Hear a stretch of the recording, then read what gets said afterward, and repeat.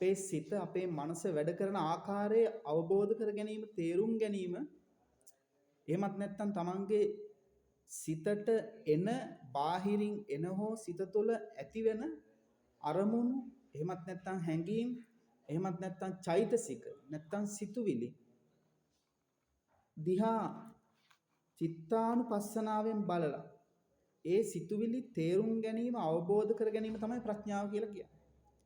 ඒ සිතුවිලි තේරුම් ගත්තා නම් අවබෝධ කරගත්තා නම් අපිට පහසු නැද්ද? පහසුයි. අපිට එහෙනම් ගැටීමක් නැහැ, ඇලීමක් නැහැ. ඇයි? අපි සිතුවිල්ල දිහා බලනවානේ.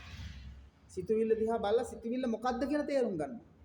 ආපු සිතුවිල්ල ඉරිසියාවක්ද? ඉරිසියා සහිත ඉස්සා කියලා කියන්නේ පාලියෙන් ඉරිසියාවට. ඉරිසියා සහිත සිතුවිල්ලක්ද? නැත්තම් මෝහ සිතුවිල්ලක්ද? මෝඩ සිතුවිල්ලක්ද? නැත්තම් ද්වේෂ සිතුවිල්ලක්ද? වෛරී සිතුවිල්ලක්ද කියලා අපි හඳුනා ගන්නවා. නැත්තම් ලෝභ සිතුවිල්ලක්ද? ලෝභය කියලා කියන්නේ තණ්හාව, තෘෂ්ණාව.